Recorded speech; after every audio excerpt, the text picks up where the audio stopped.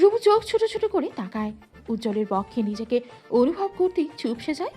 কাল যাবো তো শ্বশুর বাড়ি, দ্বিতীয় বাসের ব্যবস্থা করবো চুমু বউ।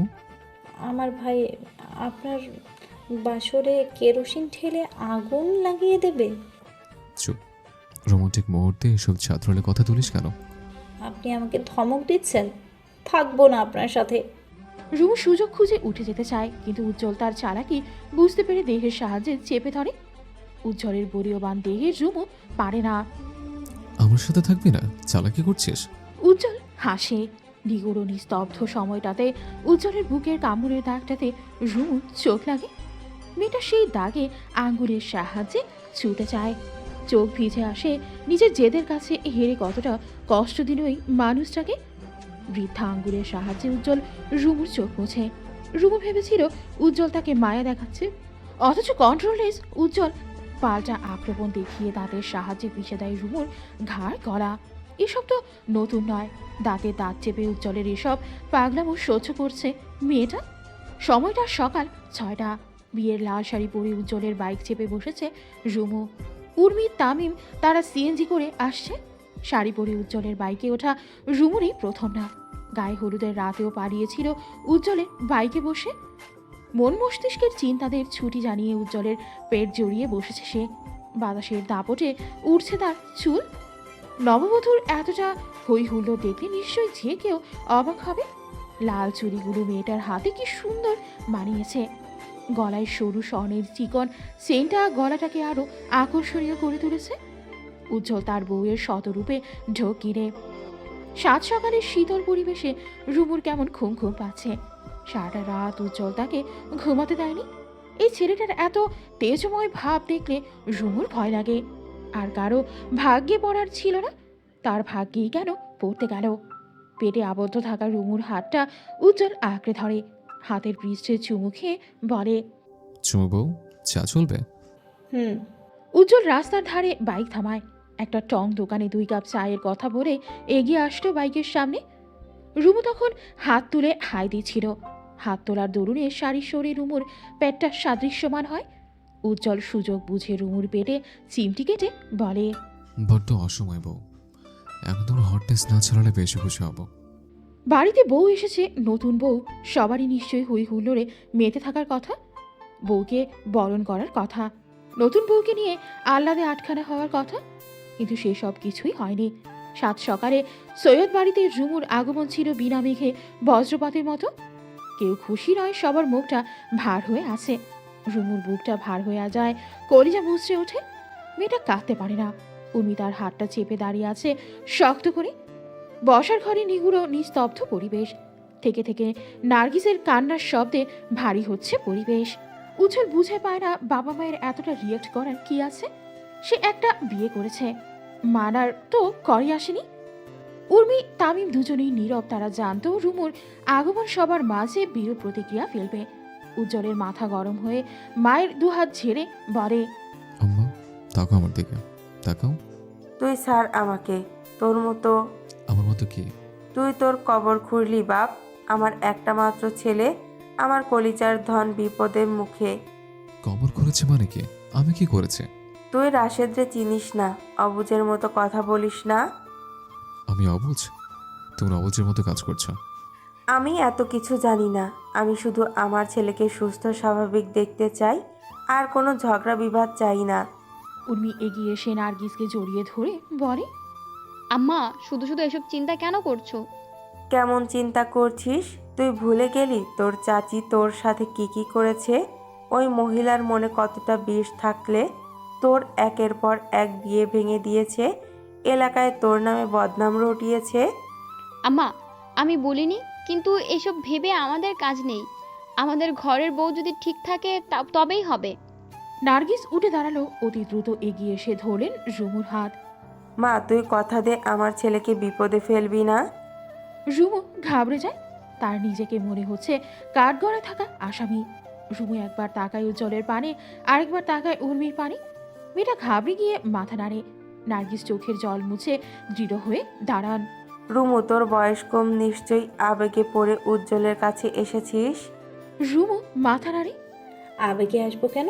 উজ্জ্বল ভাই তো আমাকে এটা ওটার লোভ দেখায়নি যে আমি আবেগে আসবো।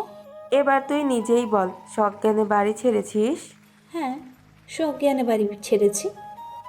আমার ছেলে কি তোকে জোরাজুরি করে বিয়ে করেছে? একদমই না, আমি নিজেই বিয়ের প্রস্তাব রেখেছি। তোর মা ভাই যদি কেস মামলা করে আমার ছেলের জীবন নষ্ট করে, এসবের জন্য তুই দায়ী থাকবি। আমি আগেই বলে দিলাম। এখন যা যা বলেছিস ভবিষ্যতে এসব কথা ভুলবি না। রুমু চুপ হয়ে যায়। মনে মনে মেয়েটা ভাবে নতুন বউ বেশ লাল শাড়ি না পরে একটা কালো শাড়ি পরা উচিত ছিল। তার আজ শোক দিবস, যেভাবে সবাই জেরা করছে সে তো আসামি। তামিম উজ্জ্বলকে চুপ থাকতে বলে। সৈয়দ শামসুল এতক্ষণে মুখ খুললেন। তিনি তার গাম্ভীর্য বজায় রেখে বলেন, এ বিয়ে আমরা মানা না মানায় নিশ্চয়ই তোদের কিছু যায় আসে না। তোরা নিজেদের যুক্তিতে বিয়ে করেছিস, বিয়ে করে ক্ষান্ত হলি না, লুকিয়ে এতটা দিন ছিলি। তোরা যা ভালো মনে করেছিস তাই করেছিস, কিছু বলার নেই।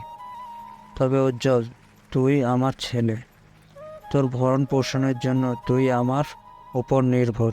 যেখানে তুই নিজেকে নিচে সামলাতে পারিস না, সেখানে তুই আরেকটা মেয়ের দায়িত্ব নিয়ে নিলি। আমাদের একটা বারও জানালি না। যেহেতু তুই তোর যুক্তির কাছে সঠিক, এবার আমিও আমার যুক্তির কাছে সঠিক। তোর কিংবা তোর বউয়ের ভরণ পোষণের দায়িত্ব আমি নিতে পারবো না। আজ থেকে তুই তোর রাস্তা ধর। এসবের জন্য মোটেও প্রস্তুত ছিল না উজ্জ্বল। ছেলেটার মাথায় আচমকা যেন আকাশ ভেঙে পড়ল। এক মুহূর্তে মনে হলো পায়ের নিচের মাটিটাও নড়ে গেছে। বাবার এমন সিদ্ধান্তে উর্মি প্রতিবাদ করল। আব্বা, এবার কিন্তু বাড়াবাড়ি হচ্ছে। উজ্জ্বল আপনার ছেলে, একমাত্র ছেলে।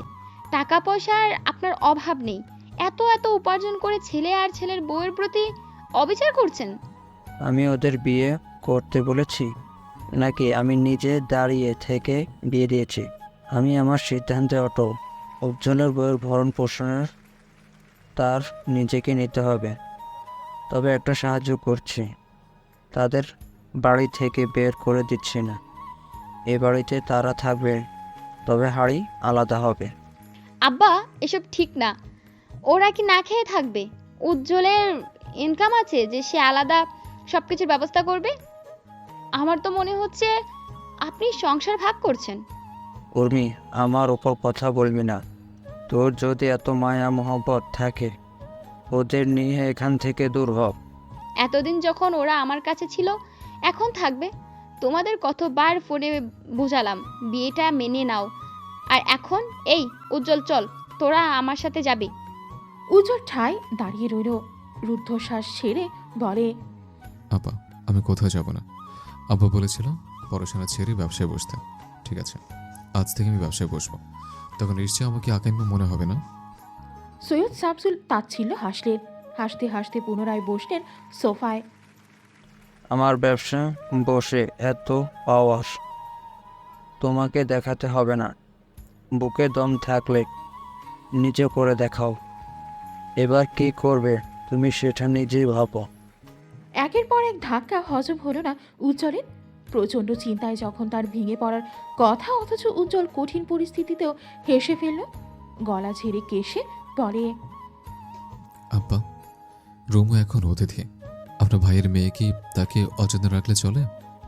আপনার ভাইয়ের কাছে আমি কিন্তু বিচার দিব। উজ্জ্বলের এমন আচরণে সবাই ভরকে যায়। উজ্জ্বল যেন এতে আরো বেশি আনন্দ পায়। আব্বা, অতিথিকে কিভাবে আপ্যায়ন করবেন সেটা আপনার দায়িত্ব। অন্তত 3 দিন অতিথিকে আদর যত্ন করুন। এরপর অতিথির ব্যবস্থা আমি করে নেব। তাছাড়া দোলাভাই এসেছে, ভালো মন্দ রান্নার ব্যবস্থা করুন। আপনাদের সব বক্তৃতা শেষ, এবার আমি চাই। উজ্জ্বল নিজের রুমে চলে গেল আর পেছনে ফিরে গেল 5 জোড়া হতবাক চোখ। বিছানায় শটান হয়ে শুয়ে আছে উজ্জ্বল। মাথাটা কেমন ঝিমঝিম ধরে গেছে।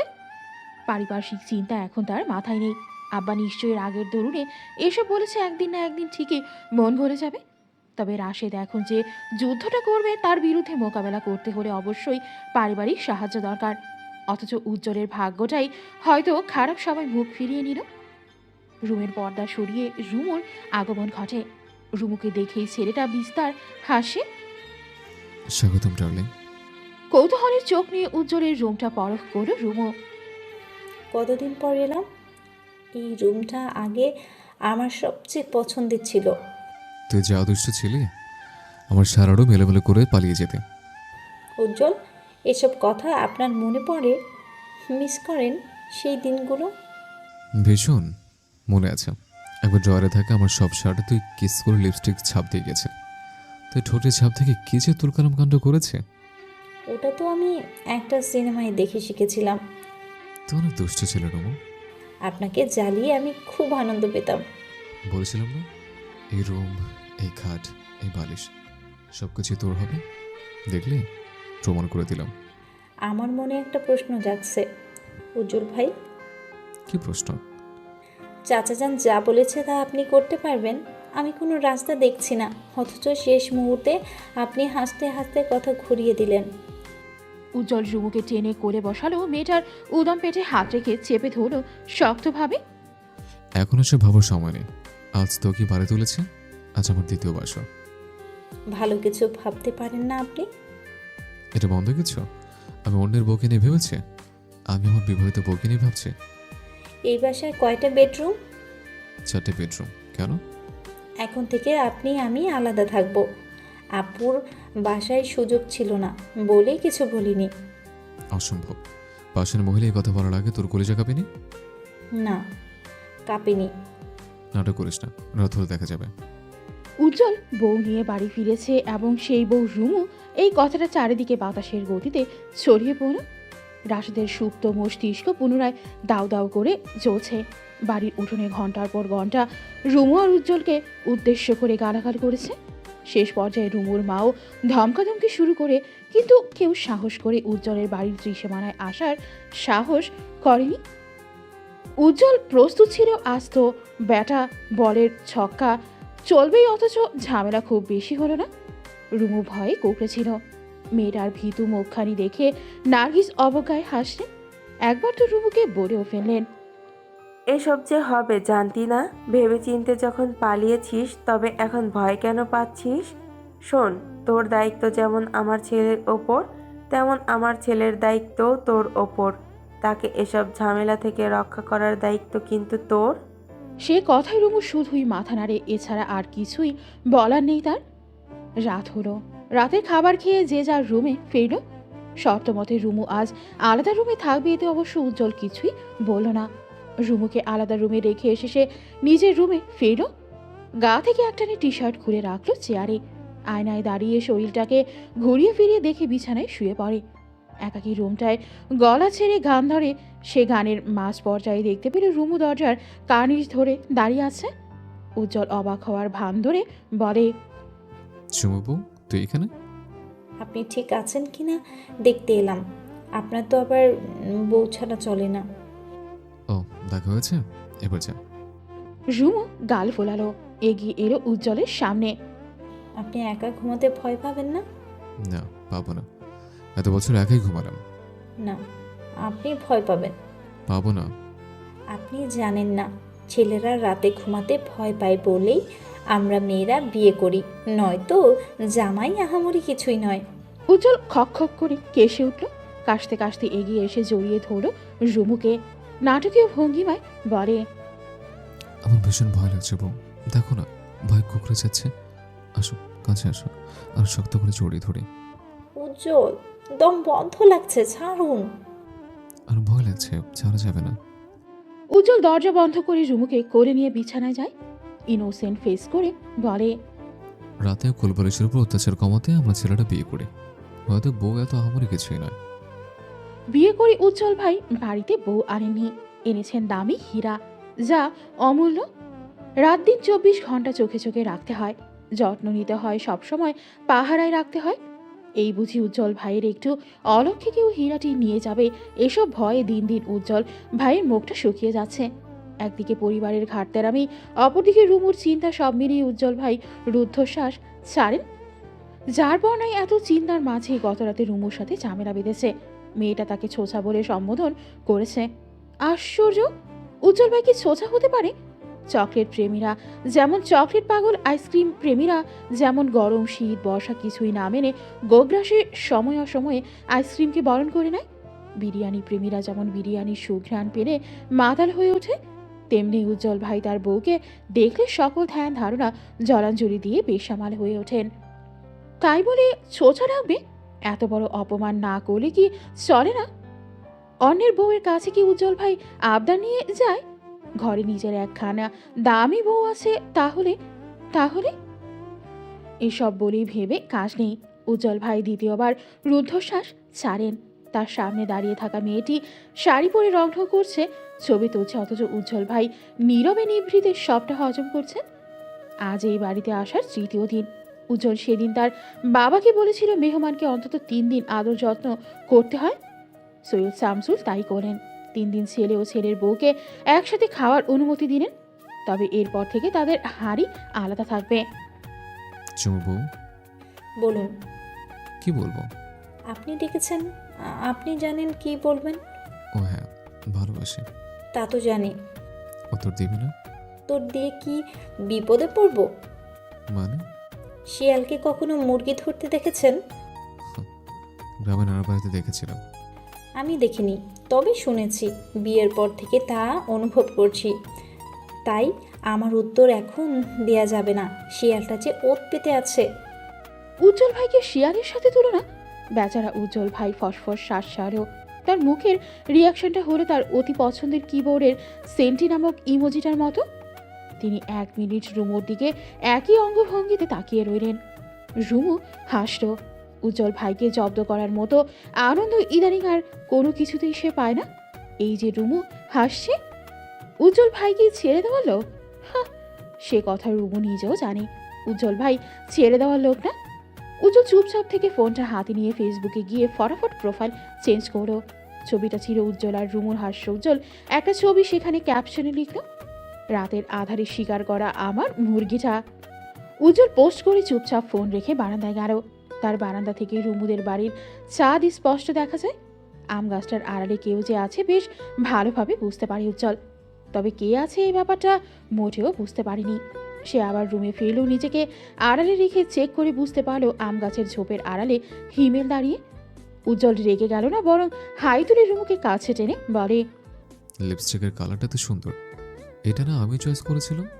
উজ্জ্বল এতক্ষণ ছিল নুইয়ে যাওয়া মুড়ির মতো, অথচ এখন মুড়মুড় ভাবটা এলো কেন? রুমু অবাক হয়, তবুও স্বাভাবিকভাবে প্রতি উত্তরে বলে, হ্যাঁ ওটাই।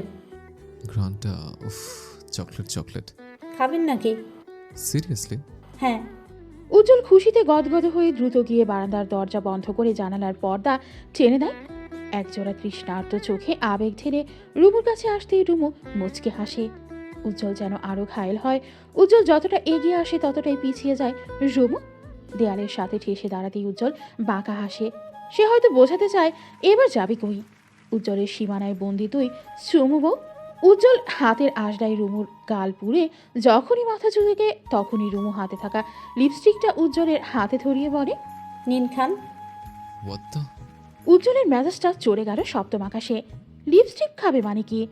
উজ্জ্বল ভাই পরপর 2 বার দেয়ালে থাবা দেয়। রুমু প্রথম পর্যায়ে হাসলেও পরবর্তীতে ভয়ে মেয়েটা চুপসে যায়। আমি জিজ্ঞেস করলাম খাবেন নাকি, আপনি কি বুঝলেন? কি বুঝেছি? তুই বুঝিস নি? না, আমি তো ভাবলাম লিপস্টিক খাবেন। রুমুর ইনোসেন্ট ভাবটা উজ্জ্বলের রাগ বাড়ায়, অথচ তার রাগটা রোমান্সের কাছে ফিকে হয়ে আসে। রুমুকে এতটা কাছে পেয়ে সে কি সুযোগটা মিস করবে? না, একদমই না। উজ্জ্বল ভাইকে রাগানো যাবে না। খুনসুটি করতে গিয়ে যদি রাগিয়ে দেয় তাহলে উজ্জ্বল ভাই কন্ট্রোল হারিয়ে যা তা করে ফেলবে। রুমু উজ্জ্বলের ঘাড়ে হাত ঝুলিয়ে দাঁড়ায়। রাগ করছেন কেন? রাগ করিনি। তাহলে চুমু খেলেন না কেন? এতক্ষণে তো রেডি 1 2 3 গো হয়ে যাওয়ার কথা। তোদের মেয়েদের মাথায় কি চলে বলতো? তখন বললি আমার নাকি কন্ট্রোল নাই, আমি ছোচা। তাহলে এখন এই কথা বলছিস কেন? আমি তো কত কথাই বলি। উজ্জ্বল আর চোখে তাকালো। তার বউটা ভীষণ বাজি। উজ্জ্বল বারান্দার দরজা খুলল, সেই সাথে জানালার পর্দা সরিয়ে রুমুকে কোলে তুলে বারান্দায় গেল। রুমু ভয় পায়, আঁকড়ে ধরে উজ্জ্বলের শার্টের কলার। উজ্জ্বল, কি করছেন কি?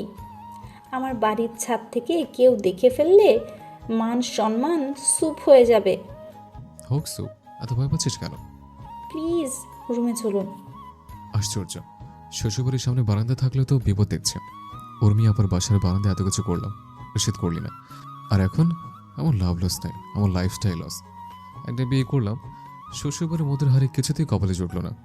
বাবা মা ভিন্ন করে দিল। বউ ছোচা বলল, যা একটা বারান্দা আছে সে বারান্দাতে রোমান্স করা নিষিদ্ধ। এই অঞ্চলের জীবনে কি আছে? রুমু ফিক করে হেসে ফেলল। তাদের খুনসুটি ছাদ থেকে দেখছিল হিমেল। হিমেলের মনে জেদ জন্মালো। রাগে বিভোর হয়ে দাঁতে দাঁত কিরমিরিয়ে তাকিয়ে রইল। রুমু ছাদে তাকাতেই হিমেলকে দেখতে পেয়ে ভড়কে যায়। উজ্জ্বলের ঘাড় আরো শক্ত করে ধরে বলে, উজ্জ্বল চলুন। হিমেল এখানে। জানি। জানেন মানে? জানি মানে জানি। তাকে দেখাতে হবে তো আমরা কতটা হ্যাপি আছি। উজ্জ্বল আমার ভয় করছে, প্লিজ চলুন। রুমু পুনরায় হিমেলের পানে তাকায়। উজ্জ্বল রুমুকে নিয়ে চলে যায় রুমে। তোর ছবি তোলা শেষ? তাহলে এখন কি আমাকে সময় দেওয়া যাবে? উজ্জ্বল আমার ভয় করছে। হিমেল ভাই হঠাৎ এই বাড়িতে কেন এলো? সে আসতেই পারে, তবে সত্যি করে বল, প্রাসাদের সাথে তোর যোগাযোগ হয়? না না, যোগাযোগ হয় না। আপনি বিশ্বাস করছেন না? আপনার রোমান্সের কসম আমি। উজ্জ্বল তেতে উঠল। রুমুকে ঠাস করে কোল থেকে ফেলে দিল বিছানায়। কত বড় সাহস! উল্টাপাল্টা কসম কাটতে তোকে কেউ বলেছে? তোর উল্টাপাল্টা কসমে যদি আমার রোমান্স এফেক্ট পড়ে, তখন যদি কলিকাতে হারবালের প্রয়োজন পড়ে যায়, তখন কি হবে? রুমু চমকে যায়। কোনো মতে কোমরে হাত রেখে উঠে বসে। উজ্জ্বলের প্রশ্নের পাল্টা জবাব দিয়ে বলে, তখন আমিও গান গাইব। আমি জুয়ান একটা মাইয়া, বুড়া জামাইয়ের কাছে আমার বাবাই দিছে বিয়া। আমি বুড়া? ভ্রু কুচকে প্রশ্ন করে উজ্জ্বল। রুমু বাকি গান গাওয়ার আগে উজ্জ্বল শার্টের বোতাম খুলতে শুরু করে। আজ তোকে প্র্যাকটিক্যালি বোঝাবো কে বুড়া। উজ্জ্বল আপনার এসব প্র্যাকটিক্যাল বুঝতে বুঝতে এখন আর আমার মাথায় একাডেমিক কোনো পড়া ঢোকে না।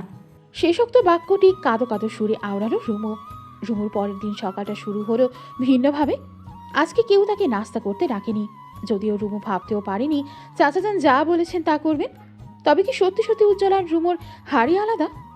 দোকান থেকে গরম গরম পরোটা নিয়ে ফিরল উজ্জ্বল। দুজনে একসাথে নাস্তা সেরে বসত। রুমুর মুখটায় আজ আধার নেমেছে। চিন্তায় মেয়েটার মুখটা কেমন ফ্যাকাশে লাগছে। তোর কি হয়েছে জমবু? মন খারাপ কেন? আমার কারণে আপনাকে আলাদা করে দিল। চাচাজান যে এমন করবে আমি স্বপ্নেও ভাবতে পারিনি। তোর বাপ আমার বাপ, দুজনের খালা রক একটা বাঁকা, জানিস না? সে সাথে আপনারও। কার ছেলে দেখতে হবে তো। এখন কি করবেন উজ্জ্বল? এমন তো না যে চাকরি পেয়ে যাবেন বা জমানো মোটা অঙ্কের টাকা আছে। তোকে এত কিছু ভাবতে বলেছি আমি? তোর দায়িত্ব আমি নিয়েছি, তাই সব চিন্তা আমার। তোর দায়িত্বে শুধু আমাকে সাপোর্ট করবি, আমার পাশে থাকবি, মাঝে মাঝে উপরে নিচেও থাকতে পারিস, সমস্যা নেই। রুমু কোলের বালিশটা ছুড়ে দিল উজ্জ্বলের গায়ে। সিরিয়াস কথায় মজা উড়ানোর মানে আছে? নার্গিস সকাল থেকে উজ্জ্বল এবং রুমুর উপর নজর রাখছেন। যতই রাগ যে দেখানো হোক, মন তো মানে না। উজ্জ্বলও কম যায় না। দুপুরে বিরিয়ানির প্যাকেট নিয়ে বাড়ি ফিরল সে। সৈয়দ শামসুল এবং নার্গিস তখন খেতে বসেছেন। উজ্জ্বল তাদের দেখে গলা ছেড়ে বলে, উচিত কথার ভাত নেই, তো কি হচ্ছে, বিরিয়ানি তো আছে, আজ থেকে বিরিয়ানি খাবো। ছেলের কাণ্ডে নার্গিস আড়ালে মুচকি হাসলেন। সৈয়দ শামসুল তাচ্ছিল্য হেসে বলেন, যাও যাও, এতই সোজা, কতদিন খেতে পারবে দেখব। উজ্জ্বল বাবার কথায় পাল্টা উত্তর দিয়ে বলে, দাঁত আছে যতদিন, খেয়ে যাবো ততদিন। উজ্জ্বল ভাইয়ের স্বল্প সময়ের মজা যে অন্যদিকে মোড় নেবে কে জানতো। গতকাল প্রোফাইলের পিকটি হঠাৎ ভাইরাল হয়ে যায়। নানান পাবলিক পেজে তাদের নিয়ে চলছে মাতামাতি। এই ছাড়াও কেউ কেউ ফেসবুক প্রোফাইলটি শেয়ার করে বিভিন্ন প্রতিক্রিয়া জানাচ্ছে। যদিও সবাই মজার ছড়েই নিয়েছিল ব্যাপারটি। ভাইরালের ব্যাপার নিয়ে রুমুর কোনো ভাবাবেগ নেই। উজ্জ্বল ভাই যে এমন একটা কাজ করতে পারে কখনো তার ভাবনায় আসেনি। ভাইরাল ছবিটি দেখে রাশেদ হিমেল বেজায় চটে আছে। তাদের সুখের সম্পর্ক ওদের কাছে যেন বিস্ফোরা। সামনে ফাইনাল পরীক্ষা। এভাবে আর কতদিন ঘরবন্দি থাকা যাবে? পড়াশোনায় ব্যাপক ক্ষতি হচ্ছে বিধায় উজ্জ্বল রুমুকে নিয়ে আজ কলেজে গেল। উজ্জ্বলের বাইকে চড়ে কলেজের সামনে নামতেই পরিচিত সবাই তাদের দিকে অবাক পানে তাকিয়ে আছে। তাছাড়া ভাইরাল ছবিটির কথা কেউ ভোলেনি।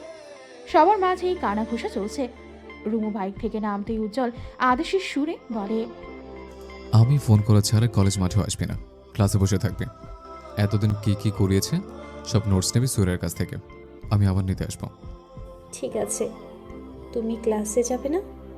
না, কাজ আছে। আমি ফোন করলে বের হবি, দুপুরে খাওয়া সেরে বাসায় যাব। আমি তাহলে ক্লাসে যাই। যা। রুমও চলে গেল ক্লাসে। উজ্জ্বলের মাথা ভর্তি চিন্তারা বাসা বেঁধেছে। বাবার কি এখনো রাগ পড়বে না? তিনি কি আর জেদে অটল থাকবেন? এই মুহূর্তে কিছু তো উজ্জ্বলকে করতেই হবে। রুমুর পড়াশোনার খরচ এছাড়াও অন্য খরচের তো কমতি নেই। উর্মি আপা বলেছে চিন্তা করতে হবে না, খরচ তারা দেবেন, কিন্তু বন্ধুরা ভাইয়ের কাছ থেকে কতদিন হাত পেতে নেওয়া যায়? যেভাবে এসেছিল সেইভাবে আবার চলে গেল উজ্জ্বল। নিয়ম মাফিক এভাবেই কেটে গেল আরও 60টি দিন। উজ্জ্বলের সংসারে ভালোবাসার কমতি নেই, মিলেমিশে চলছে তাদের পুতুল পুতুল সংসার। সৈয়দ শামসুল রেগে থাকলেও নার্গিস কিছুটা দমে গেছেন। মাঝে মাঝে তার রান্না করা খাবার আড়ালে উজ্জ্বলের রুমে রেখে যান। রুমুর সাথেও নিয়ে বিনিয়ে কথা বলেন। মনকে বুঝিয়ে তিনি উত্তর পায় না কার উপর রাগ করবেন তিনি। ছেলের বউর উপর।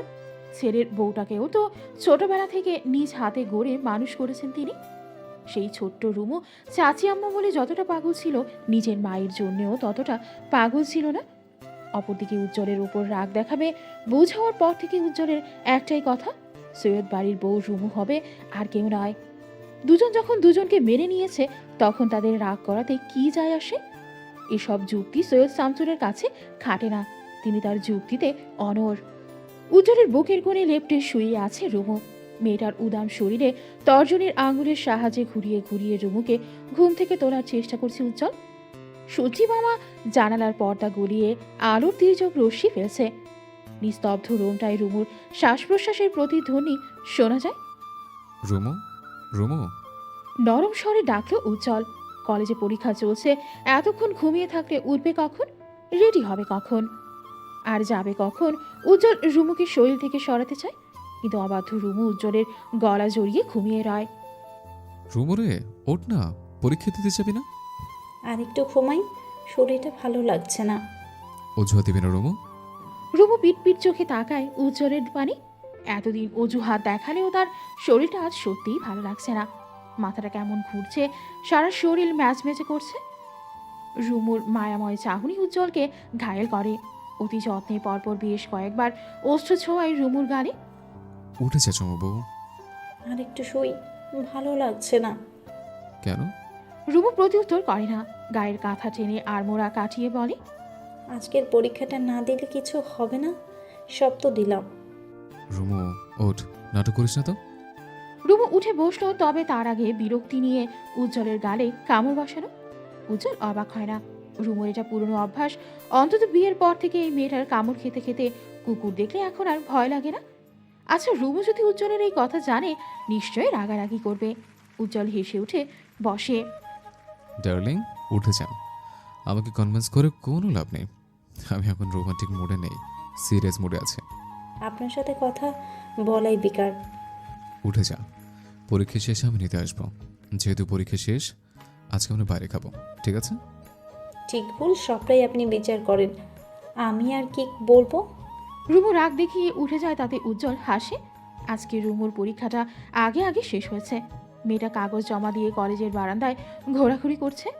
মাঠে যাওয়ার ইচ্ছে জাগলেও একা মাঠে যাওয়া তার জন্য নিষিদ্ধ, আর এই নিষেধাজ্ঞা জারি করেছে উজ্জ্বল।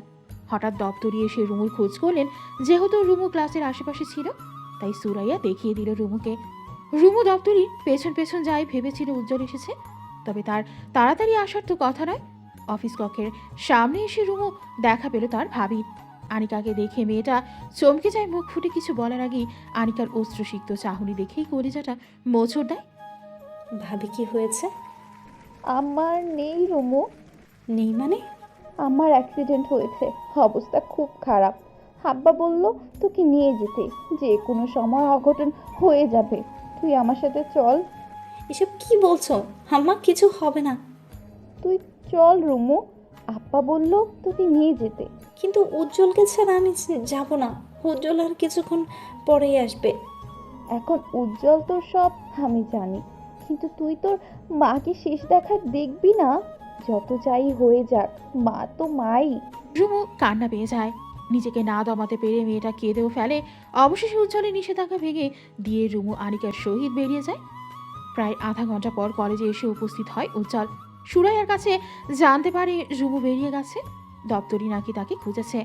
উজ্জ্বল দপ্তরির কাছে যোগাযোগ করে জানতে পারে তার ভাবি এসে তাকে নিয়ে গেছে। রুমুর মা নাকি অ্যাক্সিডেন্ট করেছে। কলিজা মুচড়ে দেয় উজ্জ্বলের রুমুকে নিয়ে যাওয়ার মানেটা উজ্জ্বল জানে। একটা মিথ্যা নাটক সাজিয়ে রুমুকে উজ্জ্বলের আড়ালে নিয়ে গেল। উজ্জ্বল বাইকে স্টার্ট দেয়, কয়েক মিনিটেই পৌঁছে যায় রুমুদের বাড়ি। উজ্জ্বল কোনো কিছু তোয়াক্কা না করে রুমুকে জোরে জোরে ডাকতে থাকে। উজ্জ্বলের ডাকাডাকিতে উপস্থিত হয় আনিকা এবং রাবেয়া। তাদের উপস্থিত পেয়ে উজ্জ্বল রাগান্বিত স্বরে বলে, আমার বউকে মিথ্যা বলে নিয়ে গেলেন? ঝামেলা করতে চায় না, আমার বউকে ফিরিয়ে দেন। রাবেয়া তেতে উঠলেন। কে তোর বউ? জানেন না? আপনার একমাত্র মেয়েকে এখানে এনে হাজির করুন, আমি প্র্যাকটিক্যালি বুঝিয়ে দেবো কে আমার বউ। উজ্জ্বলের চোখ রাঙিয়ে তাকিয়ে আছে রাবেয়ার পানে। তাদের সম্পর্ক এখন বদলেছে। একটা সময় ছিল চাচি আর এখন শাশুড়ি। উভয় দিক বিবেচনা করে তিনি সম্মানীয় ব্যক্তি, কিন্তু এই মুহূর্তে রাবেয়াকে সম্মান করার মন মানসিকতা নেই উজ্জ্বলের। অতিরিক্ত রাগে থরথর করে কাঁপছে সে। এই মহিলার চালবাজিতে আজ এত কিছু ঘটছে। আপনাকে সম্মান করার মোড় চলে যাচ্ছে শাশুড়ি। তুই কথা না বাড়িয়ে এখান থেকে যা। যাব, এখানে থাকার জন্য আসেনি। রুমু কোথায় বলুন, আমি চলে যাচ্ছি। আমার মেয়েকে তুই ভাগিয়ে নিয়েছিলি, আমার মেয়ে কোথায় সেটা তুই জানিস? এসব কাছে নাটক বন্ধ করুন। জল বিশুদ্ধ গড়ানোর আগে ভালো ভালো সবটা সমাধান করুন। সমাধান? কিসের সমাধান? তোকে এই বাড়ির জামাই হিসেবে কোনো দিনও মানব না। আপনি মানেন আর না মানেন তাতে আমার কি আসে যায়? আমি আমার বউকে চাই, আমি সেই সমাধান চাইছি। রাবেয়া উজ্জ্বলের সাথে তর্কে পারে না। বাড়িতে পুরুষ কেউ নেই, রাশেদ বেরিয়ে গেছে কিছুক্ষণ আগে। আনিকা থমথমে চোখে মুখে তাকিয়ে আছে উজ্জ্বলের পানে। মেয়েটা যে ভয় পাচ্ছে, ঘাবড়ে আছে তা তার চোখে মুখে স্পষ্ট। উজ্জ্বল সূক্ষ্ম চোখে তাকায় আনিকার পানে। ভাবি, আপনি কলেজে গিয়েছিলেন, মিথ্যা বলে রুমুকে এনেছেন। এসব কি বলো উজ্জ্বল? এমন কিছুই আমি করিনি। মিথ্যা কেন বলছেন ভাবি? আপনার কি একটু লজ্জা লাগছে না? উজ্জ্বল, অযথা ঝামেলা করবেন না, আমি এসব কিছুই করিনি। অন্তত আপনাকে ভালো জানতাম, এখন দেখি অমরতের সাথে চলে আপনি অমরসে পরিণত হয়েছেন। অথচ আনিকা দ্বিতীয়বার কিছু বলার সাহস করে না। উজ্জ্বল বুঝতে পেরেছে বাড়িতে রাশেদ নেই, রাশেদ থাকলে নিশ্চয়ই বেরিয়ে এসে ঝামেলা করত। উজ্জ্বল রুদ্ধশ্বাস ছাড়ো আর সময় অপচয় না করে অতি দ্রুত প্রবেশ করল ঘরে। উজ্জ্বলের কর্মকাণ্ডে রাবেয়া আনিকা দুজনেই অবাক। রাবেয়া উজ্জ্বলের পেছন পেছন ছুটছিলেন, তার চিৎকার চেঁচামেচি কোনো কিছুই পরোয়া করল না। উজ্জ্বল সারা ঘরের আনাচে কানাচে তন্ন তন্ন করে খুঁজল, অথচ রুমুকে কোথাও পাওয়া গেল না। উজ্জ্বলের রাগ বাড়ল। ছেলেটা রাগ সামলাতে না পেরে রান্নাঘরে থাকা সকল বাসন মেঝেতে আশ্রে ফেলল। ভাবি, 3 ঘন্টা সময় দিলাম, এর মাঝে সত্যিটা প্রকাশ করে যদি আমার কথার হেরফের হয় তবে এই বাড়িতে আগুন জ্বলবে, আগুন। উজ্জ্বল বেরিয়ে পড়ল। রাবেয়া পেছন থেকে উজ্জ্বলকে একের পর এক গালমন্দ করলেন, তাতে অবশ্য উজ্জ্বলের কিছু যায় আসে না। সৈয়দ শামসুল ভাতের লোকমা মুখে তুলে চোখ ঘোরালেন। উজ্জ্বলের কোনো কথাই ওনার কানে ঢুকছে না নাকি ঢোকাতে চাইছেন না তা বেশ ভালো করে বুঝে উজ্জ্বল। বাবার এতটা পাষাণ মনোভাব উজ্জ্বলকে ব্যথিত করে। আব্বা, আমার সাথে থানায় চলেন, আপনি গেলে ব্যাপারটা জোরালো হবে। কাঁচা কাজে থানায় যাব, তাও আমি? আব্বা, এমন করবেন না, আপনার ছেলে বিপদে, আপনি বুঝতে পারছেন না? আমি বেশ ভালো করেই বুঝতে পারছি। তোর বিপদ নয়, বরং বিপদ পালিয়ে গেছে। বিপদ পালিয়ে গেছে মানে? যার বিপদে সে নিজে গেছে। তুই এসব আর নিজেকে জড়াবি না। আব্বা, আপনি সব কি বলছেন? বুঝতে পারছিস না? একদমই না। তোর চাচাদের সাথে আমাদের একবার খুনাখুনির পর্যায়ে চলে গিয়েছিল, মনে আছে? আব্বা, এইসবের সাথে চাচার সম্পর্ক ছিল না, সেটা তুমি ভালো করে জানো। এসব করেছে রাশেদ আর চাচি আম্মা। সে যেই করুক, হয়েছে তো। শোন, আমি তোকে বলছি, রুমুকে তারা নিয়ে গেছে, ভালো হয়েছে। তোর মাথা থেকে আপদ বিদায় হয়েছে। আব্বা, আপদ মানে? রুম আমার স্ত্রী, আপনি এভাবে বলতে পারেন না। আমি তোর ভালোর জন্যই বলছি, তা কি তুই বুঝতে পারছিস না? কোনটা ভালো কোনটা মন্দ তা বোঝার বয়স আমার হয়েছে। না, হয়নি। ওর হয়তো ঝামেলা করবি না, রুমুকে ডিভোর্স দে। ওসব ঝামেলা আমি আর সহ্য করতে পারবো না। আমার খোঁজ তুই রাখিস? প্রেশার সবসময় হাই থাকে, রাতে ঘুমাতে পারি না। এসব কার জন্য হচ্ছে? তোর চিন্তাই হচ্ছে। ডিভোর্স কে দেবে? আমি? এতই সহজ? আমি বলছি, আমি সৈয়দ শামসুল বলে রাখলাম, এই মেয়ে ফিরে আসবে, তবে তোর সংসার করতে না, সংসার ভাঙতে আসবে। রুমু নিজেই তোকে ডিভোর্স দেবে। আমি দেব না। প্রয়োজনে ওর হাত পা ভেঙে সংসার চালিয়ে যাব। আমি বলছি, সৈয়দ উজ্জ্বল আনিস, রুমু কখনোই ডিভোর্স দেবে না। ছেলেটা মনের জোর নিয়ে কথাটা বলল, তবে তার কথায় তাচ্ছিল্য হাসলেন সৈয়দ শামসুল। ঠিক আছে, যা হবার হবে। তুমি এখন অন্তত আমার সাথে থানায় চলো। পারবো না। কিন্তু কেন? তোর ব্যাপার তুই বুঝবি। উজ্জ্বল হতাশার শ্বাস চাইলেও নিজেকে প্রচণ্ড অসহায় লাগলো তার। বিপদে কেউ পাশে না থাকলে বিপদটাকে হাজার গুণ বেশি ভারী মনে হয়। উজ্জ্বলেরও এখন তাই মনে হচ্ছে। ঠিক আছে, থানায় আমি যাব। তোর ভাইয়ের নামে মামলাটা কিন্তু দেব।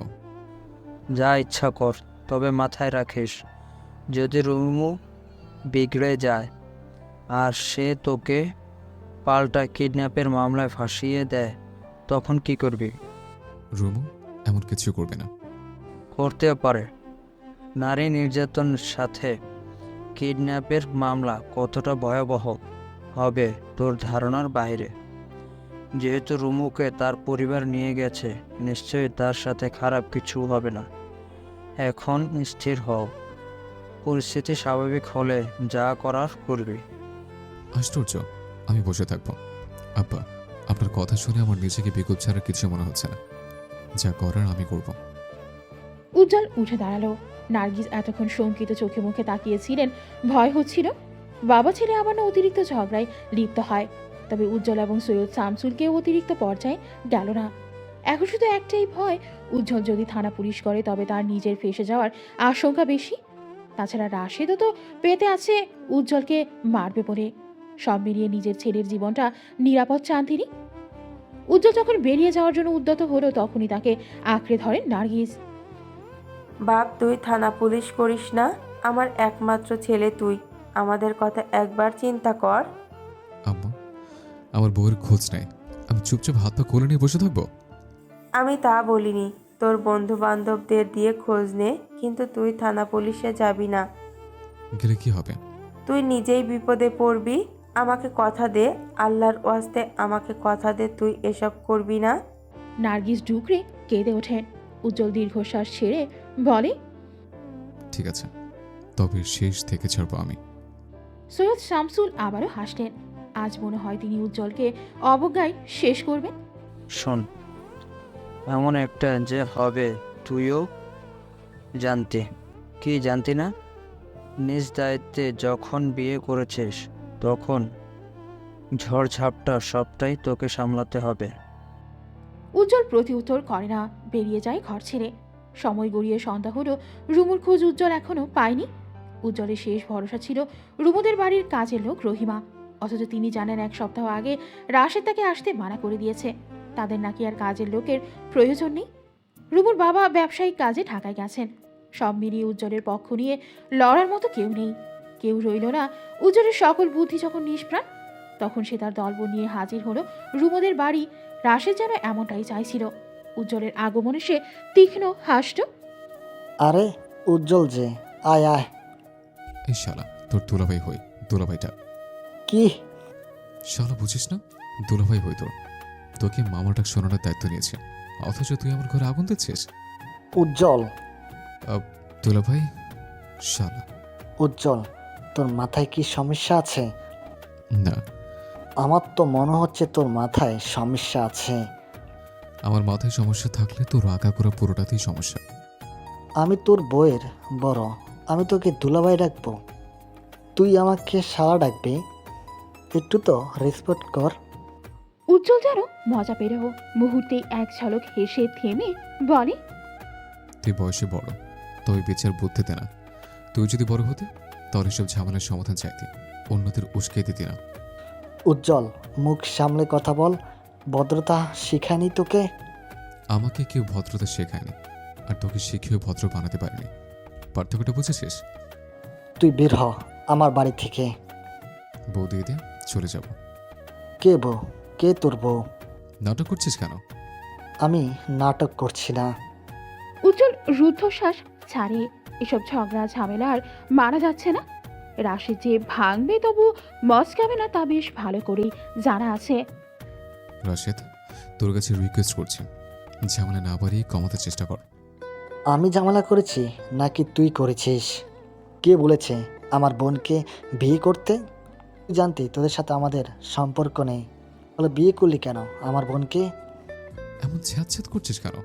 তোর বোন রাজি ছিল বলেই বিয়েটা করেছে, এমনি এমনি তো করিনি। উজ্জ্বল, তোকে পুলিশে দিতে মন চায়। তো দিয়ে মানা করেছে? আব্বার কারণে সব কিছু দাঁত খেচে আছে, না হলে তোকে থানায় পার্মানেন্টলি থাকার ব্যবস্থা করে দিতাম। কুত্তার বাচ্চা কোথাকার! খবরদার, মা বাবা তুলে গালি দিবি না। হাজার বাদ দিব, কি করবি তুই? উজ্জ্বল চমৎকার হাসল, এগিয়ে এলো রাশিদের মুখোমুখি। ঝামেলা বাড়াতে চায় না, আমার বউকে ফিরিয়ে দে। আমার বোনের দায়িত্ব নিয়েছিলি তুই, এখন যখন আমার বোন নিখোঁজ তুই তখনই আমাদের দিকে আঙ্গুল তুললি। ব্যাপারটা এমনও তো হতে পারে তোর হাত থেকে বাঁচতে সে পালিয়েছে। না মানে আমি বোঝাতে চাইছি তোর মতো ছেলের সাথে অন্তত সংসার করা যায় না। উজ্জ্বল মুহূর্তেই রেগে গেল। কাল বিলম্ব না করে খুবড়ে ধরল রাশেদের শার্টের কলার। রাশেদ যেন আরো সুযোগ পেলে উজ্জ্বলকে ধাক্কা দিয়ে সরিয়ে ফেলে দিল মেঝেতে। উজ্জ্বলের বন্ধুরা এগিয়ে আসতে উজ্জ্বল হাত ইশারায় থামতে বলে। শার্টের কলার ঠিক করে রাশেদ উজ্জ্বলের একপাশে বসে বলে, রুমু কোথায় আছে আমি জানি, যেখানে আছে তোর রুমু ভালো নেই, বুঝলি? তোর কাছে দুটো অপশন দিলাম, তুই রুমুকে ডিভোর্স দিবি, কাবিনের সব টাকা শোধ করবি। মরে গেলেও ছাড়বো না, ছাড়তে বিয়ে করে নি। আহ, পুরো কথাটা তো শোন। যদি ডিভোর্স না দিস তাহলে তোর বাপ মা আমার বাপ মায়ের পা ধরে মাপ চাইবে এলাকার সবার সামনে। উজ্জ্বল গাল ভর্তি থুতু ছুড়ে দিল রাশেদের মুখে। অপমানে থমথম হয়ে গেল রাশেদের মুখ। আমার বাপ মা চাইবে, তাও কিনা তোর মতো অসভ্য বর্বরের কাছ থেকে? এই কথা শোনার আগে তোর জিব্বাটা পুড়িয়ে দেওয়া উচিত ছিল। তাছাড়া তোরা কোন ফেরেস্তা যে আমার বাবা মা তোদের মতো দুইটা অমানুষের কাছে মাপ চাইবে? আমার বউকে আমি খুঁজে নেব, যদি না পাই তোর বউ সামনে রাখিস। বলাতে চায় না, হঠাৎ দেখা গেল আমার বউয়ের মতো তোর বউ মিসিং। নিস্তব্ধ কক্ষে হাত পা গুটিয়ে বসে আছে উজ্জ্বল। মাথা ভর্তি দুশ্চিন্তা থেকে থেকে হাত পা কেমন অসাড় হয়ে আসছে। বিছানার এক কোণে তাকিয়ে উজ্জ্বলের চোখ ভিজে ওঠে। নিজের অনুভূতির কাছে নিজেরই নিয়ন্ত্রণ নেই। কন্ট্রোলেস উজ্জ্বলের যখন হাসতে মন চায় হেসে ফেলে, কাঁদতে মন চাইলে কেঁদে ফেলে, যখন রাগ ওঠে তখন লণ্ডভণ্ড সব কিছু। রুমুর বালিশটা বুকে জড়িয়ে কাঁদতে কাঁদতে অস্থির উজ্জ্বল। চাচা জানের নাম্বারে বেশ কয়েকবার ফোন করেছে, অথচ নাম্বারটা বন্ধ। এই ছাড়া কোনো নাম্বার উজ্জ্বলের কাছে নেই। সময়টা বড্ড স্রোতের বিপরীতে যাচ্ছে। শুধু একবার যদি সৈয়দ শামসুর সাহায্যের হাত বাড়াতো, উজ্জ্বল একটানা একটা রাস্তা ঠিকই খুঁজে পেত। নিদ্রাহীন উজ্জ্বলের সারাটা রাত কাটে, দিনের আলো ফুটতে উজ্জ্বল আবার ব্যস্ত হয়ে যায় রুমুকে খুঁজতে। ইমেলের বাড়িতে গিয়েও উজ্জ্বল তল্লাশি চালায়, তবে রুমুর খোঁজ নেই। আশ্চর্য, মেয়েটা কি নিরুদ্দেশ হয়ে গেল? উজ্জ্বলের অসময়ের সময়টা কেটে গেল আরো 2 দিন। আজ 3 দিন হলো রুমুর খোঁজ পেল না। উজ্জ্বল রাশেদের পেছনে গুপ্তচর লাগিয়ে রেখেছে, অথচ রাশেদের আচরণে তেমন কিছুই কারো চোখে পড়ল না। সৈয়দ ইসমাইল ব্যবসায়িক কাজ সেরে বাড়ি ফিরেছে আজ। তপ্ত গরমে জনজীবন অস্থির। আনিকা লেবুর শরবত এনে গ্লাসটা রাখলো টেবিলে। কিরে মা, কেমন আছিস? ভালো আব্বা, আপনি ভালো আছেন? কাজ সব ঠিকঠাকভাবে সেরেছেন? সব ভালোই শেষ হয়েছে। আমি গোসলে যাব, তুই লুঙ্গি গামছা নিয়ে বাথরুমে রেখে আয়। শ্বশুরের ভীষণ ভক্ত আনিকা। এত বছরে মেয়েটা অন্তত বুঝে ফেলেছে এই সংসারে যদি কোনো মানুষ থেকে থাকে তবে তিনি হলেন সৈয়দ শামসুল। বাকি দুজন তো অমানুষের কাতারে পড়ে। রুমুর কথা ভাবতেও তার গায়ে কাঁটা তোলে। নিজের সংসার বাঁচাতে রুমুকে ঠেলে দিল অন্ধকার জগৎটায়, অথচ এমন ননদ কজনে পায়? রুমুর মাঝে কোনো হিংসা বিদ্বেষ নেই, তর্ক বিতর্ক নেই। মেয়েটা আনিকাকে নিজের বড় বোনের মতোই ভালোবাসে। গত কয়েকদিনে অপরাধ বোধে নিংড়ে যাচ্ছে আনিকা। আর এসব মানা যায় না। উজ্জ্বলকে সব কথা জানানো উচিত, কিন্তু আনিকার কাছে কোনো ফোন নেই, বাইরে বের হওয়ার সুযোগও নেই। সব মিলিয়ে অপরাধ বোধের পাল্লাটা ক্রমশ ভার হচ্ছে। আনিকা যখন শ্বশুরের কক্ষে প্রবেশ করল তখনই তার হাত চেপে ধরল রাবেয়া। দ্রুত দরজা ভিড়িয়ে কড়া গলায় বলে, খবরদার, তোমার শ্বশুরের কাছে কিছু প্রকাশ করবে না, কিছু বলবে না, তাকে বুঝতেও দেবে না এসবে তুমি জড়িত। আমি কিছু বলবো না আম্মা, কিন্তু কি কিন্তু? রুমুকে কাল দুপুরে খাবার দিয়েছেন, আর তো চুপ কর, এত দরদ দেখাতে হবে না। আমার মেয়ে, আমি বুঝবো। খুব তো গায়ের জোর দেখিয়েছিলিস, এখন গায়ের জোর বের হবে। এক ধমকে আনিকা চুপসে যায়। মেয়েটা কোনো মতে লুঙ্গি গামছা নিয়ে বেরিয়ে পড়ে। সময় গড়ায় উজ্জ্বল অপেক্ষায় থাকে সৈয়দ ইসমাইলের। তিনি যে বাড়ি ফিরেছেন তাও উজ্জ্বলের জানা নেই। নিদ্রাহীন, অনিয়মিত খাওয়া দাওয়া, দুশ্চিন্তা সব মিলিয়ে ছেলেটার জীবনটা অন্ধকারে গোলক ধাঁধায় ডুবে গেছে। রুমুদের আত্মীয় স্বজনদের উজ্জ্বলের চেনা আছে, কিন্তু রুমুর খোঁজ কেউ দিতে পারল না। উজ্জ্বলের জেদ জন্মে গেল আনিকার ওপর। শুধু একবার আনিকাকে একা পাওয়া যাক, তারপর হাড়ে হাড়ে সব বের করবে। রাশেদ রাবেয়াকে নিয়ে ডাক্তারের কাছে গেছে। ইদানিং থেকে থেকে বাতের ব্যথাটা বড্ড বেশি জ্বালাতন করছে। এর মাঝে মাঝে রাতে জ্বর, সব মিলিয়ে শরীরটা ভীষণ খারাপ যাচ্ছে। তাই বাধ্য হয়ে আজ ডাক্তারের শরণাপন্ন হতেই হলো। যাওয়ার আগে অবশ্য আনিকাকে হুমকি ধামকি দিতে বলেননি। সৈয়দ ইসমাইল তখন ঘুমে বিভোর। সন্ধ্যার পর তপ্ত আবহাওয়াকে বুড়ো আঙুল দেখিয়ে ঝমঝম বৃষ্টি নেমেছে। আকাশের বিদ্যুৎ চমকানো দেখে শিউরে উঠছে আনিকার দেহ। আকাশ গর্জনে ভূমি কাঁপিয়ে বজ্রপাত হচ্ছে। আনিকার মনে প্রশ্ন জাগে, রুমু নিশ্চয়ই একা ভয় পাচ্ছে। আনিকার দু চোখ ছলছল করে। দরজার চাবিটাও তার কাছে নেই। যদি থাকতো অন্তত কিছু একটা করা যেত। অন্যায়ের প্রতিবাদ করার সাহস আনিকার কখনো হয়নি। রাশিদের ভালোবাসায় সর্বদা বুঝছে, কিন্তু আজ যেন নিজের বিবেকটাকে প্রশ্ন তুলছে। রুমুর বিশ্বাসে আঘাত দেওয়া কি ঠিক হয়েছে? শরীরের চামড়ায় জ্বলন ধরছে, কি করবে না করবে সব মিলিয়ে মানসিকভাবে ভীষণ চাপে পড়ে গেল আনিকা। আচমকাই হু হু করে কেঁদে উঠেছে। মেয়েটা জানালায় কপাল ঠেকিয়ে অঝরে কাঁদছে। ভেবেছিল বৃষ্টির শব্দে রুমের বাইরে নিশ্চয় আর কান্নার শব্দ যাবে না, কিন্তু তাকে ভুল প্রমাণ করে দিয়ে সৈয়দ ইসমাইলের কানে ঠিকই কান্নার শব্দ গেল। তিনি ছুটে এসে আনিকার কক্ষে প্রবেশ করেন। কিরে মা, ভয় পাচ্ছিস? কাঁদিস না, এদিকে আয়, জানালা বন্ধ কর। আমি একটা অন্যায় করেছি আব্বা। কি অন্যায়? আমি আমি কান্নার দাপটে আহাজারি করতে থাকলো আনিকা। নিজেকে সামলে হিচকি তুলে বলে, আব্বা, রাশেদের কথায় রুমুকে মিথ্যে বলেই বাড়িতে এনেছি।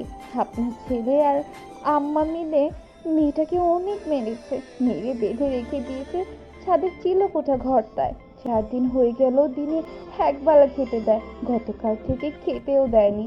আব্বা, মেয়েটা খুব কষ্টে আছে। আমি আমার সংসার বাঁচাতে অন্যায় করেছি আব্বা, আম্মাকে আপনি শাস্তি দিন। উজ্জ্বল, আব্বা নিচে নেমে আয়। মায়ের ডাকে ঘাড় ঘুরিয়ে তাকারে উজ্জ্বল। হাত ইশারায় নার্গিসকে যেতে বলে চুপচাপ দাঁড়িয়ে রইল ছাদে। একের পর এক বজ্রপাত আজ ভূমি কাঁপিয়ে তুলছে। বিজলির চমকে আকাশ ফেটে চৌচির। আধারের কোলে যখনই বিজলির আলো ছড়িয়ে পড়ে, বাচ্চা বৃদ্ধ সবারই বুক কেঁপে ওঠে। অথচ উজ্জ্বল এসবকে পরোয়া করল না। ছেলেটার ঠায় দাঁড়িয়ে রইল নিগুড়, চুপচাপ। ভিজে একাকার অবস্থা, চুল চুইয়ে চুইয়ে পানি ঝরছে। রুমু কোথায়? যেখানেই হোক পানি আসার চেষ্টা করতো অন্তত একবার, ফোন করতো, অথচ রুমু নিরুদ্দেশ, কোনো খোঁজ নেই। উজ্জ্বল আর মনকে বোঝাতে পারে না রুমু যে তাকে ঠকালেও সবাই এটাই মেনে নিল, অথচ উজ্জ্বল কখনোই তা মানবে না। উজ্জ্বলের কান্না পায়, কেঁদেও ফেলে দমকা হাওয়া আর বৃষ্টির দাপটে। তার কান্না দেখা গেল না। অপরদিকে বজ্রপাতে এবং ঝমঝম বৃষ্টির শব্দে শোনা গেল না তার হাউমাউ কান্নার আওয়াজ। না চাইতেও কেন মনে হচ্ছে রুমু তাকে ঠকালো। উজ্জ্বল সারা ছাদ পাইচারি করলো। বুকের ভেতরটা কেমন চিনচিন করছে। বৃষ্টি কমার নেই, উল্টা বাড়ছে। আকাশটাও আজ ক্রমশ ধমক দিচ্ছে। ছোটবেলায় সে বজ্রের শব্দে ভয়ে মায়ের করে আড়াল হতো, তখন তার মানুষ হারানোর ভয় ছিল না, কিন্তু এখন তার মানুষ হারানোর ভয় হয়েছে। সেই ভয়ের কাছে বজ্রের শব্দ কিছুই না। রুমুদের বাড়ির দিকে এক দৃষ্টিতে তাকিয়ে রইল উজ্জ্বল। সারা পাড়ায় বিদ্যুৎ চলে গেছে অনেকক্ষণ আগেই। সারাটা পাড়া অন্ধকার ভুতুরে। রুমুদের জানালার আলো একটুখানি আলো দেখা মিলছে। এটা রুমুর ভাইয়ের রুম। ছাদে তাকিয়ে উজ্জ্বলের যন্ত্রণা বাড়ে। সে আম গাছের ডাল বেয়ে কতবার যে রুমুদের ছাদে গিয়ে তার সাথে দেখা করেছে তার হিসাব নেই। পুরনো স্মৃতির ডায়েরিটা খুঁড়ে উজ্জ্বলের ইচ্ছে জাগলো আবার সেই ছাদে যেতে। তবে বৃষ্টির কারণে পিচ্ছিল হয়ে আছে গাছের ডাল, একবার পা পিষ্টে পড়ে কেলেঙ্কারি কাণ্ড বাঁধবে। উজ্জ্বল এত সব সতর্ক বার্তা গায়ে মাখল না, নিজের ইচ্ছাকে প্রাধান্য দিয়ে গাছ বেয়ে চলে গেল রুমুদের ছাদে। প্রবল বৃষ্টি, সেই সাথে বাতাসের দাপট কমার নাম নেই। উজ্জ্বল ছাদে লেপটে বসল। কিছুটা সময় কাটানোর পর তীব্র জোরে বজ্রপাত হতে দ্রুত গিয়ে চিলেকোঠার ঘরের সামনে দাঁড়ায়। এই বাসটা নিশ্চয়ই আশেপাশে পড়েছে। প্রচণ্ড শব্দে কেঁপে ওঠে মৃত্তিকা। ভয় না পাওয়া উজ্জ্বল এবার একটু হলেও ভয় পেয়েছে। উজ্জ্বল চিলেকোঠার দরজার পানে তাকায়। রুমুকে সারা বাড়ি খুঁজলেও চিলেকোঠার ঘরটায় খোঁজা হয়নি। দু চোখের দৃষ্টি চলকে ওঠে উজ্জ্বলের। হৃদস্পন্দনের গতি ক্রমাগত বাড়তে থাকে। এক মুহূর্ত দেরি না করে চিলেকোঠার দরজায় পরপর বেশ কয়েকবার পদাঘাত করল। দরজার কবজায় ছোট্ট একটা তালা ছিল, সেটা তালাটাকে ভাঙল ইটের সাহায্যে। বেশ কয়েকবার চেষ্টায় উজ্জ্বল সফল হলো, তবে দরজা খুলে কিছুই দেখতে পেল না। নিবিড় অন্ধকারে ভ্যাপসা গন্ধ, এবারেও হতাশার শ্বাস ছাড়ল সে। আচমকা বিজলি চমকালো। বিজলির আলো প্রবেশ করলো চিলেকোঠার ঘরে। সেই আলোতে উজ্জ্বল এক পলক দেখলো হাত পা বাঁধা একটা মেয়েকে। বুকটা ধক করে উঠল, তার শ্বাস প্রশ্বাসের আন্দোলন বাড়ল। সনসন বাতাসে গায়ে কাটা দিল মুহূর্তেই। উজ্জ্বল এগিয়ে গেল, অন্ধকারে টেনে ধরল মেয়েটাকে। উজ্জ্বলের শীতল হাতের ছোঁয়ায় মেয়েটার দেহ ছটফট করে ওঠে। দ্রুত হাতে মেয়েটার মুখ থেকে টেপ টেনে ছিঁড়ে খুলতে শুরু করে। পুনরায় বিজলিতে উজ্জ্বল দেখতে পেল রুমুর মুখ। এক পলকে উজ্জ্বলের বুকটা খা খা করে উঠল। ছেলেটা কাতর কণ্ঠে শুধায়, আমার রুমু। অনেক চেষ্টার পর রুমুর মুখ থেকে টেপ খুলতে সক্ষম হলো। ঠোঁট থেকে ঘাড় পেঁচিয়ে টেপ লাগানো হয়েছিল বলে টেপ খোলার সময় রুমু বেশ ব্যথা পায়। মেয়েটা ক্ষণে ক্ষণে ব্যথায় গোগো শব্দ তোলে। হাত পা সম্পূর্ণ টেপের সাহায্যে বাঁধা। নিঃসন্দেহে বলা যায় কোনো পাষাণ লোকের কাজ ছাড়া আদৌ কারো পক্ষে এমন কাজ করা সম্ভব নয়। উজ্জ্বল হাতের টেপগুলো টেনে খুলতে গিয়ে হাঁপিয়ে ওঠে। এত এত টেপ এলোমেলো ভাবে বাঁধা, তার উপর প্রতিটা টেপ রুমুর চামড়ার সাথে লেগে থাকায় পশমে টান লাগলেই ব্যথা লাগছে। রাশেদের মার খেয়ে মেয়েটার সারা দেহের অনেকাংশে ছিঁড়ে গেছে, তাই ব্যথা আরো বেশি লাগছে। উজ্জ্বল পাগলের ন্যায় বিলাপ করছে, ধমকা ধমকি গালাগাল বা যা আসছে তাই বলছে। উজ্জ্বলকে বাধা দিয়ে রুমু হ্যাস্টর প্যাচর অবস্থায় ভাঙা গলায় বলে, ব্যথা। রুমু, একটু ধৈর্য ধর, একটু। রুমু কাঁদতে কাঁদতে মাথা নাড়ায়, অর্থাৎ সে পারবে না। উজ্জ্বল টেপ ছেড়ে রুমুর গালে হাত রাখে। তীব্র ব্যথায় কুকড়ে যায় সে। তোকে নিয়ে যাবো আমি। উজ্জ্বল রুমুকে হাত পা বাঁধা অবস্থায় কোলে তুলে নেয়। বৃষ্টির তেজ কখনো কমেনি। বাতাস, বৃষ্টি, বজ্র সব মিলিয়ে পরিস্থিতি ভীতিপ্রদ। ছাদের দরজাটা বন্ধ। উজ্জ্বল পড়ল ব্যাপক দুশ্চিন্তায়। রুমুকে নিয়ে তো গাছ বেয়ে নামা যাবে না, কি করবে সে? মেজাজটা এমনিতেই খিচেছিল, তার উপর বাধা পেয়ে রাগে গর্জে উঠল উজ্জ্বল। রুমুকে পাজা করে রেখেই একের পর এক পদাঘাত করল লোহার দরজাটাতে। রুমু উজ্জ্বলের রাগ ক্ষোভ কিছুই পরখ করল না। সে শুধু উজ্জ্বলের বুকে নিজের আগলে থাকা অস্তিত্ব অনুভব করল। এ যেন পরম শান্তি শান্তি শান্তি। এই তো আমার শান্তির স্থান। সৈয়দ ইসমাইল বাক্যহারা হয়ে বসে আছেন, তার পাশে দাঁড়িয়ে কাঁদছে আনিকা। রাশেদের কতটা দুঃসাহস হলে এবার বাইরে ছাড়িয়ে ঘরের মানুষের ওপর আঘাত করে। এত বড় ষড়যন্ত্র করার, দুঃসাহস করার ইন্ধন নিশ্চয়ই রাবেয়া দিয়েছে। ইসমাইল উঠে দাঁড়ালেন, আনিকাকে ধমক দিয়ে বলেন, রুমুর বিয়ের ব্যাপারটা আমি জানতাম, আর আমি তাদের পক্ষে ছিলাম। উজ্জ্বলকে রুমুর পাশে পেয়ে কতটা নিশ্চিত হয়েছি তোর ধারণার বাইরে।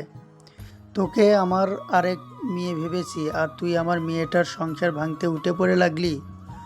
আনিকা কান্নায় ভেঙে পড়ল। দ্রুত ইসমাইলের পা জড়িয়ে বসল। আব্বা, আমি নিজের সংসার বাঁচাতে। আনিকা থেমে গেল। ছাদ ঘরের দরজা থেকে ধুমধাম শব্দ হচ্ছে। শব্দটা কমার পরিবর্তে ক্রমশ বাড়তে থাকলো। দরজাটা যেন এক্ষুনি ভেঙে যাবে। সৈয়দ ইসমাইল টর্চ লাইট নিয়ে ছুটে গেলেন। ছাদে তার পেছন পেছন গেল আনিকা। প্রথমে তিনি দরজা খোলার সাহস করলেন না, কিন্তু উজ্জ্বলের আওয়াজ পেয়ে দরজা খুলতেই চমকে যান যখন দেখলেন ভেজা যুবথুবু উজ্জ্বল তার কোলে রুমু। উজ্জ্বল, এত রাতে তুমি ছাদে? চাচা যান, কবে আসলেন? আজ রুমুকে কোথায় পেলে? মেয়েটার কি হয়েছে? আমার রুমু ঠিক আছে তো?